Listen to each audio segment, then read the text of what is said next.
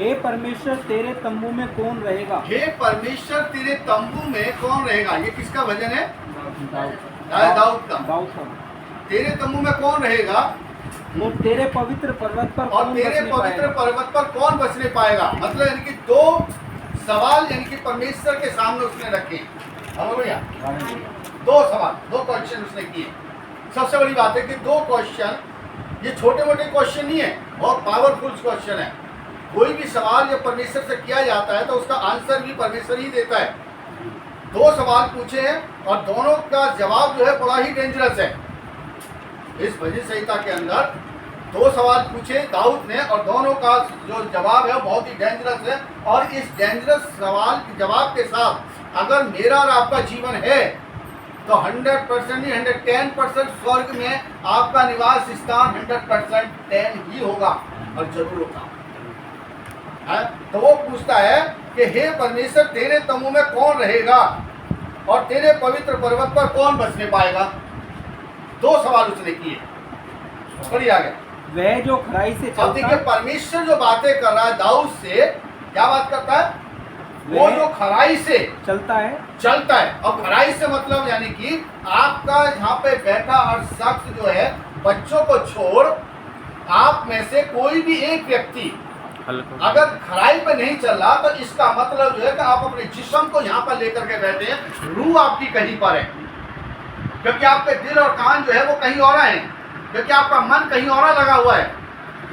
क्योंकि एक बार जब अभी मैं पिछले अभी मैं जब पश्चिम बिहार था, अभी तो एक बात बता रहा था मैं उनको वहाँ पर, तो एक बहन थी जो रोहिणी से आई थी है, तो मैंने कहा कि सारे लोग जो है जो आराधना के वक्त जो होते हैं, जो कहते हैं कि हम चर्च में बैठे हुए हैं, तो सारे के सारे लोग खुदा के लोग नहीं है, खुदा के लोग नहीं है। तो सिस्टर ने मेरे से कहा कि ऐसे कैसे हो सकता है, एवरी संडे यानी कि चर्च जा रहे हैं, एवरी संडे हम आराधना कर रहे हैं और एवरी संडे हम चंदा भी दे रहे हैं और हर महीने यानी कि हम दशमांश भी दे रहे हैं, आप कैसे कह सकते हैं क्या यानी कि हम जो है ना यानी कि परमेश्वर के लोग नहीं है? यानी कि बिल्कुल नहीं है। यानी कि पैसे की खुदा को जरूरत है, मुझे बताओ। आपके चंदे की जरूरत है, उसको बताओ। आपके खाने की उसको जरूरत है, बताओ। आपके कपड़े देने की उसको जरूरत है, बताओ। नहीं ना, उसको किसी चीज की जरूरत नहीं है। आप उसे क्या दे सकते हो? अरे जब आप अपना समय नहीं दे सकते इन कागज के टुकड़ों की, उसको क्या जरूरत है? उसे जरूरत है आपके समय की। और जब उसको मैंने पूरा उसका ढंग से समझाया, मैंने कि जब चर्च जब लगा रहता है, चर्च होता है तो एक चर्च यानी कि एक गुम्बद बनी हुई रहती है, गुम्बद के ऊपर शैतान बैठा था और जो शैतान बैठा था ऊपर से खुदावन ने देखा, अरे तू यहाँ पे क्या कर रहा है? उसने कहा कि मैं अपने लोगों का इंतजार कर रहा हूँ। यीशु मसीह कहता है यहाँ तो अंदर तो जो सारे मेरे लोग हैं, मेरे लोग हैं, तेरे लोग कहाँ से आ गए?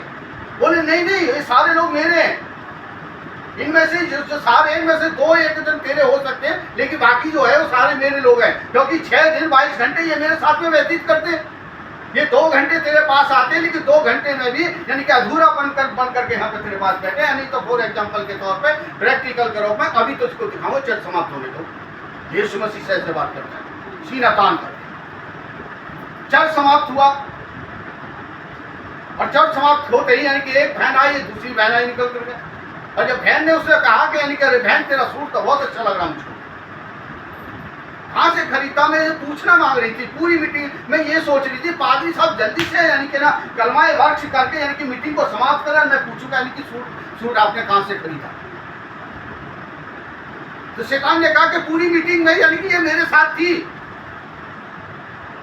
इसके दिलो दिमाग में यानी कि परमेश्वर के जो दास था, जो वचन को प्रचार कर रहा था, ये उसका वचन नहीं सुना, नहीं तो पूछ ले इससे यानी कि उसने क्या बताया।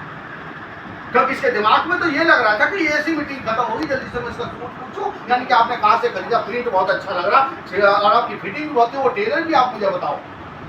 मतलब यानी कि उसके दिलो दिमाग में ये सब कुछ चर्चा हुआ था कि यानी कि जैसे मीटिंग खत्म होगी वैसे ही मैं पूछूंगी। तो यानी कि देखो, एक तो ये आई निकल करके, दूसरा पादरी आया, पादरी निकल कर बोला अरे यार डेविड यार उसने 500 रुपये अभी तक नहीं भेजे यार, मुझे बहुत गुस्सा आ रहा था। देखो पादरी भी थे यानी कि ये भी मेरा, ये 6 दिन 22 घंटे यानी कि मेरे साथ बिता रहा है, लेकिन 2 घंटे में ये भी पूरा नहीं बिता रहा सही से। अब एक व्यक्ति और आता है, वो कहता है अरे यार तुम यार खुदा के डर से करो, खुदा के खौफ से तो करो। वो बेचारा एक मैले खुचड़े से कपड़ों में था, जाते अच्छे कपड़े नहीं पहने हुए थे, अच्छी ज्यादा किसी पर्सनैलिटी नहीं थी, ज्यादा पढ़ा लिखा भी नहीं था। वो कहता है यार कम से कम खुदा से तो डरो, अभी तो परमेश्वर के भवन में से निकलो, आप लोग ऐसी बातें करो। शैतान कहता है यही तेरा है बस, बाकी जितने ये वीआईपी से नजर आ रहे ना ये सारे मेरे लोग हैं। ये जितने वीआईपी से लोग नजर आ रहे हैं, अच्छे कपड़े पहन करके, टाई लगाकर, चकोट पहन करके, जो बैठे हुए जो आए हुए अच्छे अच्छे ना इम्पोर्टेड गाड़ियों में आए, सारे लोग मेरे हैं। नहीं तो देख लो कि ये जो तेरा जो मिडिल क्लास का जो व्यक्ति है, ये व्यक्ति जो है अगर आज के इसके पास कोई आ जाए कि अपने ना अपनी गर्ज को लेकर के, अपनी परेशानी को लेकर के, ये तेरे दूर कर सकता है। लेकिन ये सारे लोग जो है ना, ये मेरे लोग, ये किसी को दूर नहीं कर सकते, ये किसी को दूर नहीं कर सकते इनकी मजबूरी, किसी की मजबूरी को, क्योंकि इनके पास इतना समय नहीं होगा। लेकिन इस व्यक्ति के पास जिसकी कोई वैल्यू तेरे ही लोगों में नहीं है, तेरे ही लोगों में वैल्यू नहीं है। आज इस चर्च के अंदर, चर्च के किसी भी है ना मेंबर के परिवार के अंदर कोई अच्छी सी मीटिंग हो रही होगी तो शायद वो उन्हीं लोगों को बुलाना पसंद करेंगे जिनके पास अच्छी टाई होगी, अच्छा कोट होगा, अच्छी गाड़ी होगी, अच्छी पर्सनैलिटी होगी, अच्छे पढ़े लिखे लोग हैं, तो अच्छे सभ्यता रखने वाले होंगे, उनको बुलाएंगे, इस व्यक्ति को नहीं बुलाएंगे। शैतान ऐसे बातें करता है, यीशु मसीह। इसलिए बार बार मैं एक ही बात टोकता हूं, जब भी आराधना बैठो पूरा हृदय के साथ पूरे मन को लगा करके बैठना, क्योंकि मैं बेशक आपके मन को यानी कि जांच नहीं कर रहा हूं, लेकिन परमेश्वर तो आपके मन को जांच रहा है। वो इसी सवाल पूछता है कि हे परमेश्वर, तेरे तंबू में कौन रह पाएगा, तेरे पवित्र पर्वत पर कौन बसने पाएगा। खुदावंद का उसके उत्तर देता है कि जो खराई से चलता है। खराई से आप चलते हैं, खराई से चलते होते तो यानी कि हमने 10 की बजाय यानी कि पौने 10 में यहाँ पर होने चाहिए थे। इसका मतलब कहीं ना कहीं हमारी चाल में फर्क है। हम अपने सारे कामों को छोड़ देना चाहिए, जिस तरह अपनी ड्यूटी पर यानी कि हम अपने कामों को छोड़ करके, अपने घर की सारी चीजों को छोड़ करके चले जाते वाय वाय करके। लेकिन जब आराधना की बात आती है, आराधना में जीने की बात आती है, आराधना के साथ संगति करने की बात आती है, तो पता चलता है कि हम लेट होते हैं, अपनी लाइफ में लेट होते हैं। और फिर दुख का जो है ना, जो शुरुआत होती है वो यहीं से शुरुआत होती है। एक ही बात इसने बोली, सबसे पहले क्या बोला, जो खराई से चल। आप जिस दिन खराई से चलने लगोगे उस दिन आपकी चाल, आपकी सोच, आपके विचार, आपके ख्यालातों में चेंजिंग आ जाएगा। फिर लोग आपको नहीं देखेंगे, परमेश्वर का आपके द्वारा, परमेश्वर का वचन आपके द्वारा नजर आएगा। और पढ़िए उसका आगे, और धर्म के काम करता है, और धर्म के काम करता है। इनमें सबसे हम पीछे पाए जाते हैं। नॉन क्रिश्चियन लोग सबसे आगे पाए जाते हैं, मसीह लोगों के अंदर ये सबसे पीछे पाए जाते हैं। आज मैं कहने लगूँ आपको यानी कि ना आने वाले यानी कि ना जो बड़े दिन पर हम एक बहुत बड़ा यानी कि भंडारा करना चाहते हैं, 10,000 रुपये दो, 10,000 रुपये दो। आने वाले यानी 25 दिसंबर को हम जो है बहुत बड़ा भंडारा करना चाहते हैं, ताकि लोगों को परमेश्वर के बारे में पता चले और उसे भंडारे से लोग खाए। जो है जो नॉन क्रिश्चियन लोगों ने जिस चीज को अपनाना काम उसको ना शुरुआत करें। आप में से कोई निकाल करके नहीं देगा 10,000, सोचेगा 10,000, 10, 20, 30, 40, 50, 60, 70, 80, 90, 100 और 1 लाख में खुल जाएगा। आदमी जो है कि 50,000 ही खर्च होगा, 50,000 कोई वंश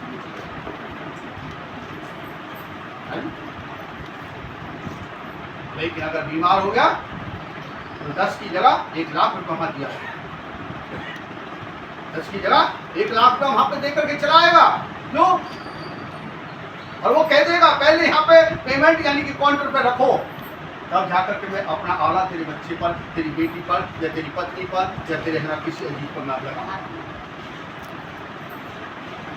लेकिन परमेश्वर के काम में हाथ डालने से पहले इंसान सोचता है, डरता है, सोचता है यार 10,000 रुपये क्यों दूं मैं, किस लिए दूं। ऐसी कम जाती पादरी घर पे आगे डिस्कस करेगा अपनी तबियत, अरे आज पादरी साहब ने ऐसा बोलते 10,000 रुपये देंगे। एक बार भी नहीं सोचा पादरी साहब, बीबी कहेगी लगता पागल है ये पादरी। एक काम करो, ऐसी चर्च तलाश करो जहाँ पर कोई मांगने वाला ना हो, कोई कहने वाला ना हो। मेरा मतलब आपसे मांगने का नहीं है, लेकिन आपको एक चीज ऐसे बता रहा हूँ कि ऐसा समय आता है तो हम वहां पर बहुत पीछे हो जाते हैं। समझ करो किसी की अगर जरूरत है, कलीसिया में कोई बीमार हो गया, कोई परेशान हो गया, हम उसको भाई फेस उसको इसकी मदद नहीं कर सकते, लेकिन गुप्त में हम उसकी मदद करना चाहते हैं। ताकि उसकी बेइज्जती भी ना हो और उसकी मदद भी ना हो। जो खराई से चलता है, खराई का मतलब है परमेश्वर की इच्छा अनुसार जीवन को जीना, उसके अनुसार जीना। और पढ़िए, धर्म के काम करता है धर्म के काम करता है और हृदय से सच बोलता और है। हृदय से सच बोलता है। हम यहाँ को अगर पूछना चाहो तो आप में से हृदय से कौन से कितने लोग सच बोलते हैं? एक भी नहीं हुआ। लेकिन वो तो उसने ऑप्शन रखा ना दाऊद को सामने, पर्वत पर बसने के लिए बात कर रहा है। सियोन देश हमारा देश, रहते हम परदेश हैं, जाएंगे हम अपने देश। उस घर में जाने की, बसने की बात कर रहा है। लेकिन उससे पहले उसने यानी कि है ना, उस सवाल का जवाब उसने दिया है। पहले खराई से चल, धर्म के काम कर और हृदय से सच बोल। क्योंकि ऐसा होता नहीं है, सच तो बोल ही नहीं सक पा रहा। अरे अपनी पत्नी से सच नहीं बोला, पत्नी या पति से सच नहीं बोली, हो तो कारोबार में कहां सत्य है? कारोबार तो बिना झूठ के चलता ही नहीं। कारोबार तो बिना झूठ के चलता ही नहीं, क्योंकि मैं भी ऐसे ही उनमें से एक हूं। पता चला कि सूट काउंटर के अंदर है, मैंने कह दिया मैं तुरपाई के लिए गया, अभी कटा भी नहीं। क्या बोल दिया यानी कि भाई आप कारीगर क्या ना आ जाए, उसके कारीगर के यानी कि किसी के घर में किसी की डेथ होगी, सूट काउंटर के अंदर पड़ा। झूठ को उसने बोला नहीं। खुश किसको किया? मनुष्य को। और उसके अनदेखा जो शख्स है जिसको शैतान बोलते हैं, सबसे ज्यादा खुश हमने उसको किया, क्योंकि झूठ का पिता शैतान। और 10 हुक्म में एक हुक्म यही है कि झूठ नहीं बोलना। ममता को पता है कि 10 बजे का चर्च है, जब 9:30 बजे का था तो 10 बजे तक आती थी, और 10 बजे का तो समझ आता है। हालेलुया। तुम 11 तक कर दोगे तो 12:15 बजे आएंगे लोग, ऐसा होगा। जब तो सोचते हैं अरे क्या अभी तो यार अभी तो टाइम है। हम क्यों खराई को यानी कि वो खराई के कदमों को खराई के रास्ते पर डालना ही नहीं चाहते, इसलिए खराई के काम हमसे नहीं होते, धर्म के काम हमसे नहीं होते, क्योंकि हम अपने आप को इंक्लूड ही नहीं कर रहे, उसमें शामिल ही नहीं कर रहे। उस सभा में हम लेकर के नहीं जा रहे जिस सभा में सिर्फ सत्य है और खराई का अनुचरण किया जाता है। और पढ़िए, जल्दी पढ़ेंगे। जो अपनी जीभ से निंदा नहीं करता और अपनी जीभ से निंदा नहीं करता। हालेलुया। निंदा करने में हम बहुत ज्यादा माहिर है या नहीं? निंदा करने में बहुत माहिर है। जो अपनी जीभ से निंदा नहीं करता, इसी जीभ से आप परमेश्वर की महिमा करो, इसी जीभ से आप निंदा कर रहे हो। और जल्दी से पढ़ दे। न अपने मित्र की बुराई करता और ना अपने मित्र की बुराई करता है। यहाँ पर बुराइयों में भी सबसे फर्स्ट नंबर पाएंगे। अगर देखा जाए तो ना, अगर जो एग्जाम किया जाए तो सबसे फर्स्ट नंबर पर क्रिश्चियन लोग यानी झूठ बोलने का सामने है, फर्स्ट नंबर पर है झूठ बोलने। मैं दावे के साथ कह सकता हूं, क्योंकि अगर सत्य होता तो आज लोग गुमखा नहीं होते। सत्य के साथ ना पादरी लोग जीते तो गुमखार लोग नहीं। सत्य के साथ ना एक विश्वासी जीवन को जिएगा तो ना विश्वासी से कट करके नहीं रहता, क्योंकि सत्य ही जीवन में नहीं है। और हम कह रहे हैं हम सत्य के पीछे चल रहे, तो सत्य जी अगर कहाँ है? जब आपके मेरे जीवन में जब असत्य ही यानी कि घुसा पड़ा है तो सत्य के लिए तो कोई जगह नहीं। हम परमेश्वर का घर हैं, इस घर को सत्यता का घर चाहिए, साफ सुथरा चाहिए, ताकि वो सत्य जो व्यक्ति है जो सत्य का अनुचरण करके आज से 2000 साल पहले जो स्वर्ग चला गया है, ताकि वो सत्यवादी हमारे हृदय के अंदर आकर। और जब हम सत्य बोलने लगेंगे ना तो लोग आपको यही कहेंगे अरे ज्यादा सत्यवादी है, इससे तो बचकर करो, इसे तो बोलने में जरा सी भी नहीं सोचता, आग से मुंह पे बोल देता है, जब बुरा लगेगा कैसे। इसलिए मेरा चीजों परमेश्वर को बात कर समझ, और न अपने पड़ोसी की निंदा और सुनता ना अपने पड़ोसी की निंदा सुनता है। हालेलुया। हम पहले बहुत जल्दी के बहुत से निंदा को सुनते हैं, यानी पड़ोसी की ना निंदा सुनता है, और हम निंदा को सुनने में बहुत तत्पर होते हैं। और इतने तत्पर होते हैं, देखिए आपके काम की बात ना हो, यानी आपके काम की बात ना हो तो आप क्या करोगे? हम्म? सुनेंगे नहीं। सुनेंगे नहीं। और काम की बात हो, लाउड स्पीकर भी बज रहा है। आप देखिए, परमेश्वर की बात हो रही हो, लाउड स्पीकर बज रहा हो, आपको सुनाई नहीं देगा। और बुराई हो रही हो और दो व्यक्ति आपस में खड़े होकर के बात कर रहे हो, बुराई कर रहे हो, वो जोर से बोल रहा है या आहिस्ता से बोल रहा है, उसके शब्दों से पता चल जाता है यानी कि क्या बोल रहा है। उस लाउड स्पीकर में उसके कान की आवाज में जो ना फिल्टर होकर के आवाज आती है बुराई की, बिल्कुल एकदम क्लीन, और उसको सुन लेता है। और अच्छाई की कोई बात होगी, शोर बहुत हो रहा है, ये आवाज आती है। बुराई की बात हो तो आवाज भी की तरह शोर हो, लेकिन उसमें से फिल्टर होकर के आवाज आती है, और उसको सुनता है, और सुनने के बाद कहता है अच्छा, दीवार का भी काम होता है, वो तो पता नहीं, लेकिन मगर परमेश्वर का जो मैं वचन के बारे में बता रहा हूँ कि बुराई को, जो उसकी बुराई जो है उसको अपने से विमुख रखना है, अपने से दूर रखना है। हमें बुराई के नजदीकी में भी नहीं जाना। यीशु मसीह बुराई की नजदीकी में नहीं गया, इसलिए वो सत्यवादी। और वह जिसकी दृष्टि में निकम्मा मनुष्य, और वह जो उसकी दृष्टि में जो निकम्मा मनुष्य तुच्छ है, तुच्छ है, और जो यहोवा के डरवियों का आदर करता और है, जो यहोवा के डरवियों का आदर करता है, जो शपथ खाकर बदलता और जो नहीं, शपथ खा करके बदलता नहीं, चाहे हानि उठानी पड़े, चाहे हानि उठानी पड़े,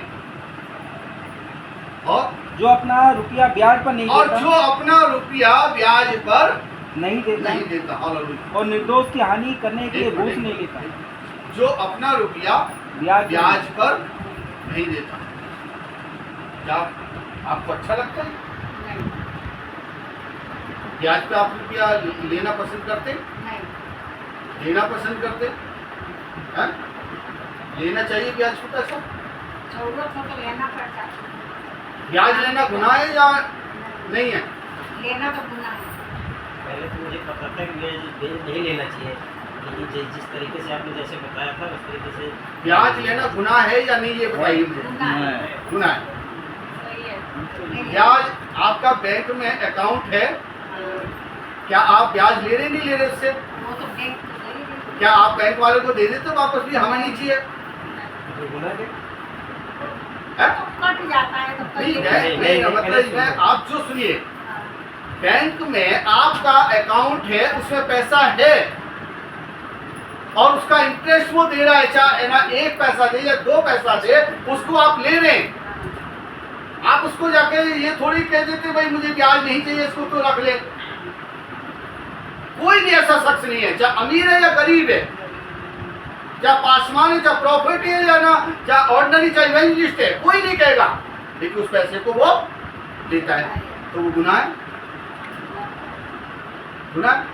लेकिन ब्याज पे पैसा देना गुनाह है, नहीं। गुनाह है? उसका अंतर ये है, जब बैंक की आप बात करते हैं, बैंक में सुनो उसको छोड़ो, मैं पूछ रहा हूँ ब्याज पे पैसा देना गुनाह है या नहीं है? ऐसा जिसे जरूरत है उसे देना जरूरी है। देना देना है, जरूरी। लेकिन ब्याज लेकिन हम किन लोगों को आप पैसा दे सकते हैं, ये जानना ज्यादा जरूरी है। है नहीं? व्यापारी है, बिजनेसमैन है, अगर इसके कोई लिए निकालेंगे व्यवस्था विवरण 23 अध्याय, क्योंकि ये मैं आपको क्लियर करूंगा कि आप ब्याज पर पैसा किसको दे सकते हैं और किससे आप बना ब्याज लेना ठीक है या नहीं है, ये भी आपको बताएं। प्रॉफिट के लिए होता है। अभी देखिए, देखिए आज एक चीज मैं बता रहा हूँ आपको, मैं एक फ्लैट में रहता हूँ, ठीक है, जिस फ्लैट में रहता हूँ उसकी कीमत जो है 35 लाख रुपए है। कितनी? 35 लाख। 1% के हिसाब से उसकी 35,000 रुपए रेंट बन गया, किराया हो गया या ब्याज हो गया।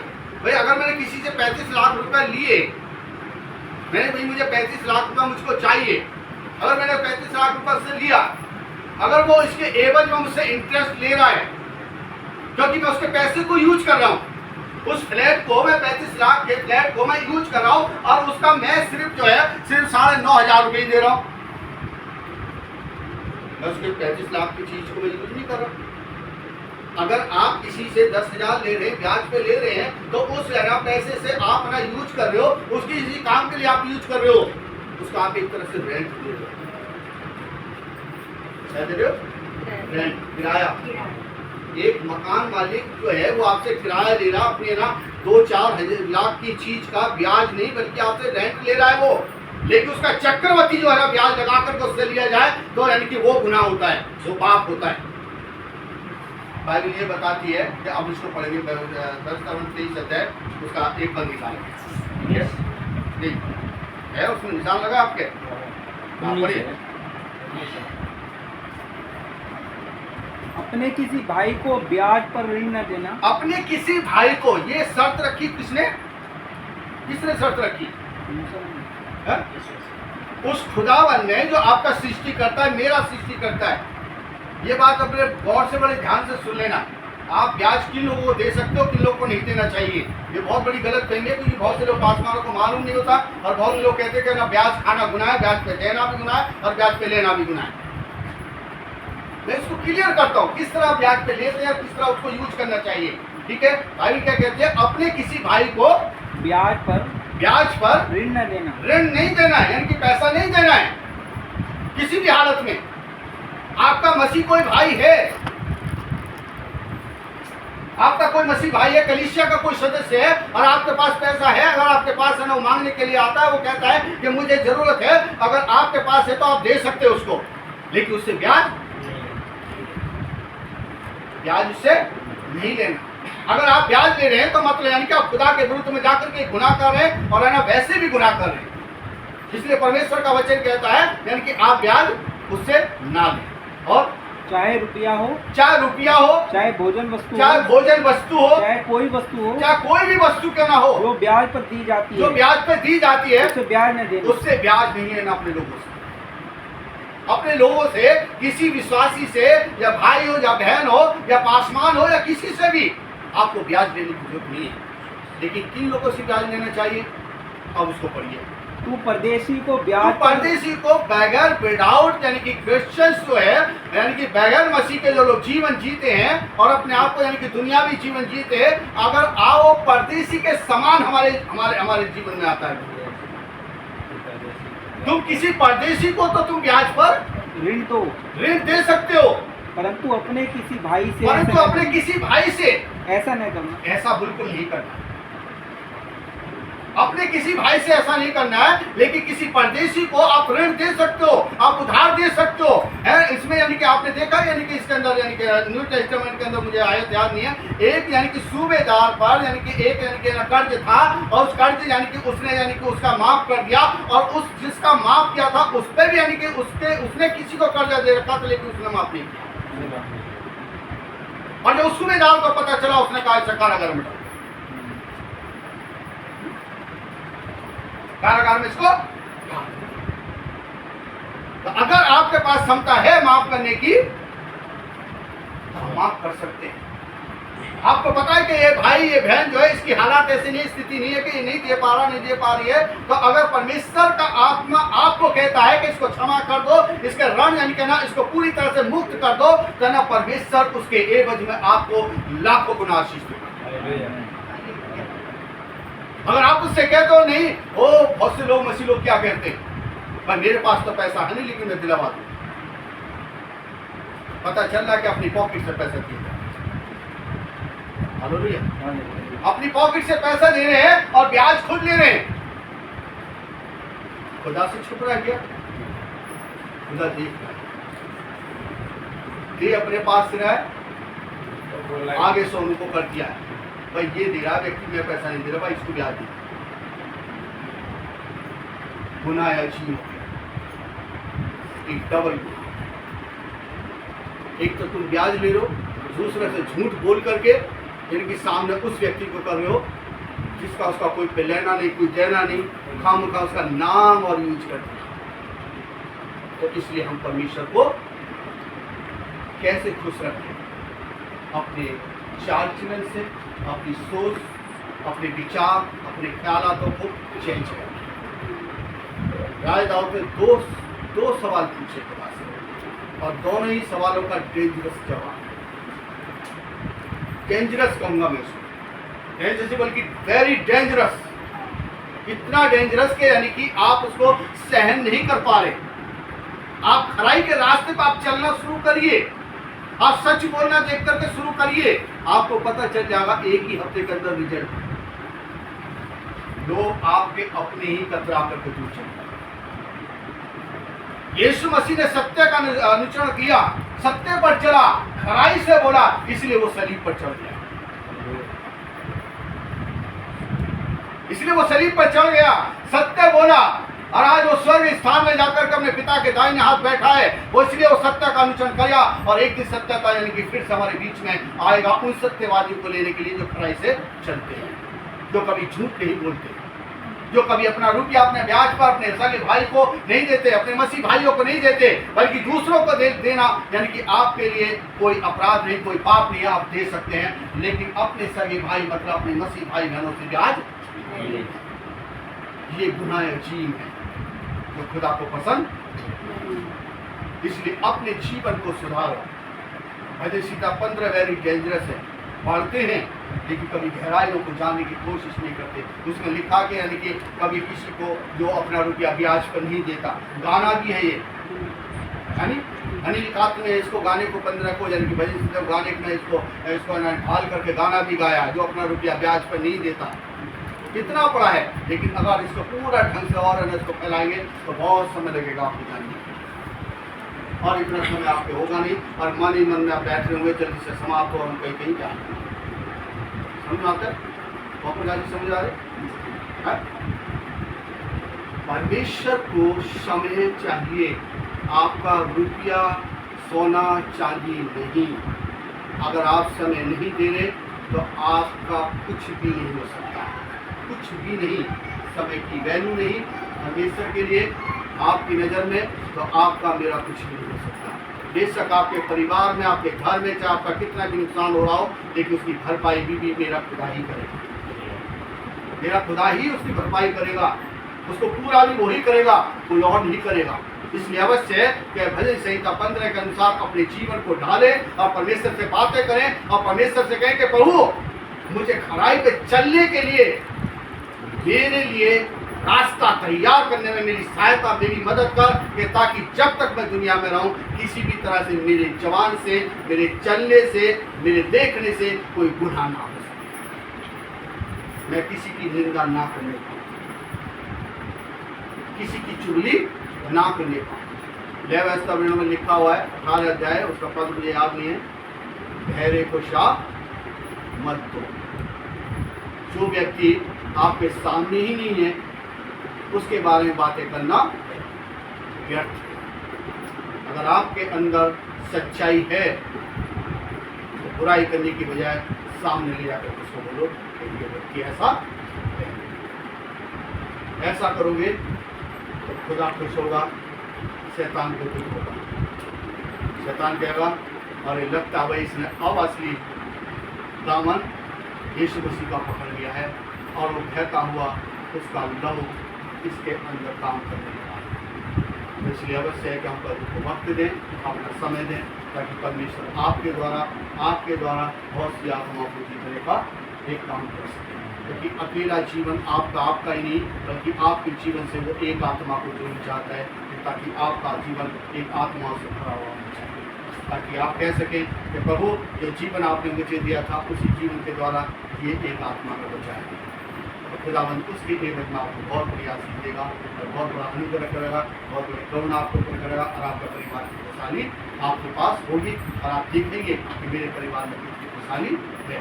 तो इसलिए परमेश्वर को समय दो, परमेश्वर के साथ चलो, और समय से पहले परमेश्वर की हजूरी में आकर के कम से 10 मिनट पहले आकर के उन लोगों के लिए दुआ करो जो आज भी गुनाह में फंसे हुए हैं। ये आपका मेरा कर्तव्य है। अगर हम उनके लिए दुआ नहीं कर रहे और अपने लिए और अपने लोगों के लिए दुआ करें तो ये कोई बड़ी बात नहीं है। ये सिर्फ मतलब पूरी में आती है, मतलब पूरी में आती है। मैं इसमें एक बात बता कर मैं समाप्त करूँगा। एक बहन एक दिन मैसेज सुन रही थी रसोई के अंदर, मैसेज सुन रही थी। मैसेज जब समाप्त हुआ ऑनलाइन, और उसके बाद जो उधर से दुआ करी गई, तो वो ये कर रहा था दुआ, मेरे भाई, मेरी बहन, मेरे बच्चे, मेरे भाई, मेरे बहन, इनके लिए दुआ की। और बहुत देर तक दुआ करने के बाद जब समाप्त आमीन किया, उसका हस्बैंड ने सुनना था। उसने जब समाप्त हो गई तो उसने पूछा तो कुछ नहीं हस्बैंड ने, लेकिन उसकी वाइफ जा करके बोली, देखो इन पादी साहब ने कितनी अच्छी दुआ। उसने कहा बिल्कुल बकवास दुआ, बिल्कुल बेकार दुआ की। कहाँ दुआ की इसने? यहाँ तो इसने तो मेरा तेरा रहा, अपने अपनों के लिए की। क्या खुदावन ने अपने अपनों के लिए की? अपनों को तो बाइबल तूने पढ़ी या नहीं पढ़ी, या उस पार्टी ने बाइबल नहीं पढ़ी? अपनों को तो सब प्यार करते, दुश्मन को प्यार करना है। इसकी इस पूरी प्रार्थना में किसी अन्य जाति के लिए उसने दुआ की? किसी एक आत्मा के लिए दुआ की? उसने ये दुआ की सिस्टर को, उस ब्रदर को, उस भाई को, उस बच्चे को, उसको उसको उसको उसको, लेकिन कभी उसने उस प्रार्थना में किसी अन्य व्यक्ति के लिए, किसी के लिए दुआ की? अपने लिए, अपने लोगों के लिए, अपनों के लिए, गैरों के लिए। जब अपनों ने उसे निगलेक्ट किया, दूसरों में गया, उसने काम किया, और आज लोग उसके द्वारा लोग काम करते हैं। तो अवश्य है कि हम परमेश्वर में वक्त दें और अपने जीवन को श्रोमणि बनाने के लिए ज़्यादा से ज़्यादा समय परमेश्वर आपको